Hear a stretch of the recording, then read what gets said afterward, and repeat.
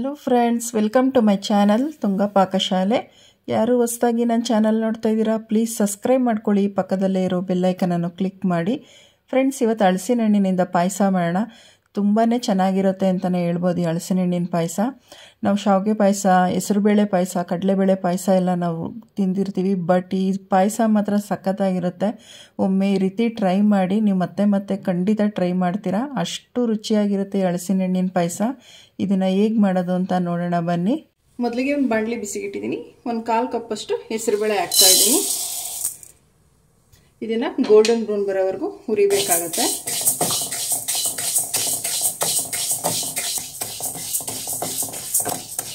ನೋಡಿ, ಸಾಕು ಇಷ್ಟು ಗೋಲ್ಡನ್ ಬ್ರೌನ್ ಬಂದಿರೋದು, ತುಂಬ ಸೀಸಬಾರ್ದು. ಸಾಕೀಗ ಸ್ಟವ್ ಆಫ್ ಮಾಡ್ಕೊಳ್ಳೋಣ. ನೋಡಿ, ಇದೊಂದು 3 ರಿಂದ 4 ಸಲ ವಾಶ್ ಮಾಡಿಬಿಡೋಣ. ಇದನ್ನು ಕ್ಲೀನಾಗಿ ವಾಶ್ ಮಾಡಬೇಕಾಗತ್ತೆ. ನೋಡಿ, ಒಂದು 4 ಸಲ ವಾಶ್ ಮಾಡಿದ್ದೀನಿ. ಹೆಸರುಬೇಳೆ ಮುಳುಗೋಷ್ಟು ಮಾತ್ರ ನೀರು ಹಾಕಿ, ಜಾಸ್ತಿ ಬೇಡ. ಹೆಸರುಬೇಳೆ ಮುಳುಗೋಷ್ಟಾದರೆ ಸಾಕಾಗುತ್ತೆ. ನೋಡಿ, ಕುಕ್ಕರ್ ಲಿಡ್ ಕ್ಲೋಸ್ ಮಾಡಿ ಒಂದು 5 ವಿಜಿಲ್ ಕೂಗಿಸ್ಬೇಕಾಗುತ್ತೆ. ತುಂಬಾ ಸಾಫ್ಟಾಗಿ ಬೇಯಿಸ್ಬೇಕಾಗುತ್ತೆ ಹೆಸರುಬೇಳೆ. ಈಗ ಸ್ಟವ್ ಹಚ್ಕೊಳ್ಳೋಣ. ನೋಡಿ, ಕುಕ್ಕರ್ ಕೂಗಿ ಯಾರಿ ತಣ್ಣಗಾಗಿದೆ. ಲಿಡ್ ಓಪನ್ ಮಾಡೋಣ. ನೋಡಿ, ಎಲ್ಲ ನುಣ್ಣಗೆ ಇದನ್ನು ಸ್ಮ್ಯಾಶ್ ಮಾಡಬೇಕಾಗತ್ತೆ. ನೋಡಿ, ಈ ರೀತಿ ನುಣ್ಣಗೆಲ್ಲ ಸ್ಮ್ಯಾಶ್ ಮಾಡಬೇಕಾಗತ್ತೆ. ಸಾಕು ಇಷ್ಟು. ನೋಡಿ, ಈ ಕಪ್ಪಲ್ಲಿ ಅರ್ಧ ಕಪ್ಪಷ್ಟು ಬೆಲ್ಲ ತಗೊಂಡಿದ್ದೀನಿ. ಬೆಲ್ಲ ಹಾಕ್ತಾ ಇದ್ದೀನಿ.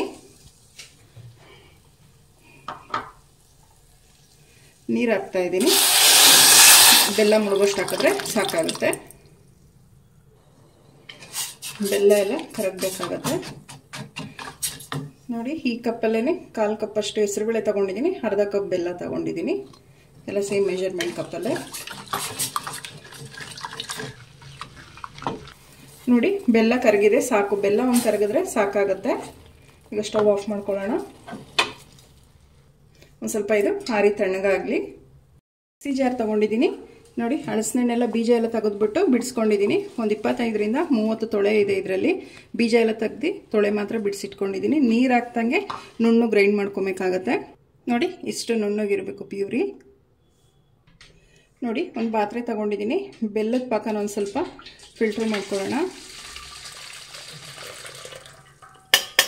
ನೋಡಿ, ಎಷ್ಟು ಗಲೀಜಿದೆ. ನೋಡಿ, ಬೇಯಿಸಿಟ್ಕೊಂಡಿರೋಂಥ ಹೆಸರುಬೇಳೆ ಹಾಕ್ತಾ ಇದ್ದೀನಿ, ಮ್ಯಾಶ್ ಮಾಡಿರೋವಂಥದ್ದು. ನಾವು ಗ್ರೈಂಡ್ ಮಾಡ್ಕೊಂಡ್ವಲ್ಲ ಹಲಸಿನ ಹಣ್ಣು, ಅದನ್ನು ಹಾಕ್ತಾ ಇದ್ದೀನಿ. ಇದನ್ನು ಮಿಕ್ಸ್ ಮಾಡೋಣ ಈಗ. ಮೊದಲಿಗೆ ನೋಡಿ, ಮಿಕ್ಸ್ ಮಾಡಿದ್ದಾಗಿದೆ. ಒಂದು ಸ್ವಲ್ಪ ಗಟ್ಟಿ ಇದೆ, ಒಂದು ಸ್ವಲ್ಪ ಈಗ ನೀರು ಹಾಕ್ಕೊಳ್ಳೋಣ. ನೋಡಿ, ಮಿಕ್ಸಿ ಜಾರ್ಗೆ ನೀರು ಸೇರಿಸ್ಬಿಟ್ಟು ಹಾಕ್ತಾ ಇದ್ದೀನಿ. ಮಿಕ್ಸ್ ಮಾಡಿ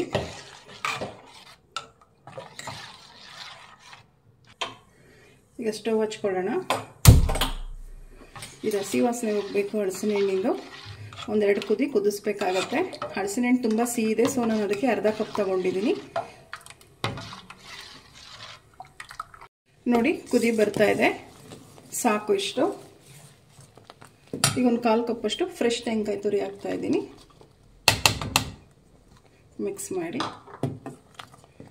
ಫ್ರೆಂಡ್ಸ್, ಈ ಹಲಸಿನ ಹಣ್ಣಿನ ಪಾಯಸ ಅಂತೂ ತುಂಬಾ ಚೆನ್ನಾಗಿರುತ್ತೆ. ಫ್ರೆಂಡ್ಸ್, ಒಂದ್ಸಲ ಟ್ರೈ ಮಾಡಿ, ತುಂಬಾ ಚೆನ್ನಾಗಿರುತ್ತೆ. ಒಂದು ಸ್ವಲ್ಪ ಏಲಕ್ಕಿ ಪುಡಿ ಹಾಕ್ತಾ ಇದ್ದೀನಿ. ಮಿಕ್ಸ್ ಮಾಡಿ. ನೋಡಿ, ತುಪ್ಪದಲ್ಲಿ ಹುರಿದಿರೋಂಥ ಗೋಡಂಬಿ ಮತ್ತು ದ್ರಾಕ್ಷಿ ಮಿಕ್ಸ್ ಮಾಡಿ. ಸಾಕು. ಸ್ಟವ್ ಆಫ್ ಮಾಡ್ಕೊಳ್ಳೋಣ. ಹಲಸಿನ ಹಣ್ಣಿನ ಪಾಯಸ ರೆಡಿ ಆಯಿತು. ನೋಡಿ, ಎಷ್ಟು ಚೆನ್ನಾಗಿ ಬಂದಿದೆ. ತುಂಬಾ ಚೆನ್ನಾಗಿರುತ್ತೆ ಫ್ರೆಂಡ್ಸ್. ಒಮ್ಮೆ ನೀವು ಟ್ರೈ ಮಾಡಿ. ಫ್ರೆಂಡ್ಸ್, ನೋಡಿ, ಹಲಸಿನ ಹಣ್ಣಿನ ಪಾಯಸ ರೆಡಿಯಾಗಿದೆ. ತುಂಬಾ ರುಚಿಯಾಗಿರುತ್ತೆ. ನೀವು ಒಮ್ಮೆ ಟ್ರೈ ಮಾಡಿ, ಹೇಗೆ ಬಂತು ಅಂತ ಹೇಳಿ. ನಿಮಗೆ ವಿಡಿಯೋ ಒಂದು ಸ್ವಲ್ಪನಾದರೂ ಇಷ್ಟ ಆಗಿದ್ರೆ ಫ್ರೆಂಡ್ಸ್ ಆ್ಯಂಡ್ ಫ್ಯಾಮಿಲಿ ಮೆಂಬರ್ಸ್ಗೆ ಶೇರ್ ಮಾಡಿ. ಪ್ಲೀಸ್ ನಮ್ಮ ಚಾನಲ್ನ ಸಬ್ಸ್ಕ್ರೈಬ್ ಮಾಡಿ. ಪಕ್ಕದಲ್ಲೇ ಇರೋ ಬೆಲ್ಲೈಕನನ್ನು ಕ್ಲಿಕ್ ಮಾಡಿ. ನಾನು ಅದೇ ವಿಡಿಯೋ ಹಾಕಿದ್ರೆ ನೋಟಿಫಿಕೇಶನ್ ಬರುತ್ತೆ. Thank you for watching. ಮುಂದಿನ ವಿಡಿಯೋದಲ್ಲಿ ಭೇಟಿಯಾಗೋಣ. ನಮಸ್ಕಾರ.